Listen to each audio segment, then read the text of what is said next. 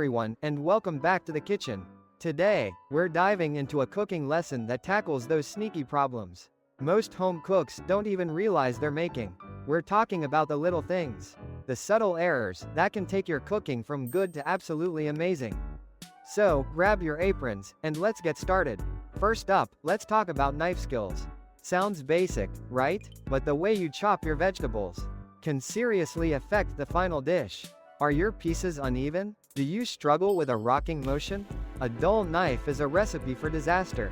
It's dangerous and inefficient. Invest in a good knife, and learn how to keep it sharp. Practice makes perfect, and consistent sizes mean even cooking. Trust me, it makes a huge difference in both the taste and presentation of your food. Next, we'll address the issue of overcrowding the pan. This is a common mistake that leads to steamed, not seared, food. When you overcrowd, the temperature drops, and your food releases moisture. The result? Soggy vegetables and a less than ideal sear on your proteins. The solution is simple: cook in batches. Give your food enough space to breathe and brown properly. This one tip can transform your stir-fries, your seared meats, and your sautéed vegetables. Another hidden problem is not seasoning properly. Are you only adding salt and pepper? Do you season at the beginning, the middle, and the end of cooking? Seasoning is about layering flavors.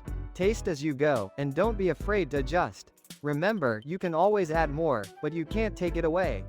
Experiment with different herbs, spices, and even a squeeze of lemon juice to elevate your dishes.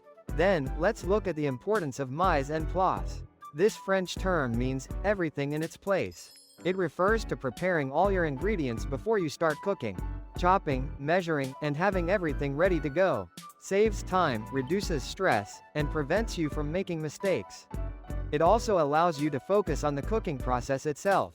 It's a game changer. Finally, let's talk about heat control. Mastering your stovetop is essential.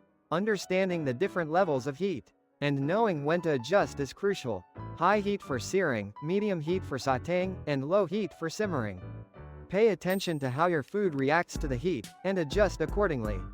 This is a skill that comes with practice, so don't be discouraged if it takes time. So there you have it. Some of the most common, yet often overlooked, problems in home cooking. By addressing these issues, you can elevate your cooking game and impress your friends and family. Remember to practice, experiment, and most importantly, have fun in the kitchen.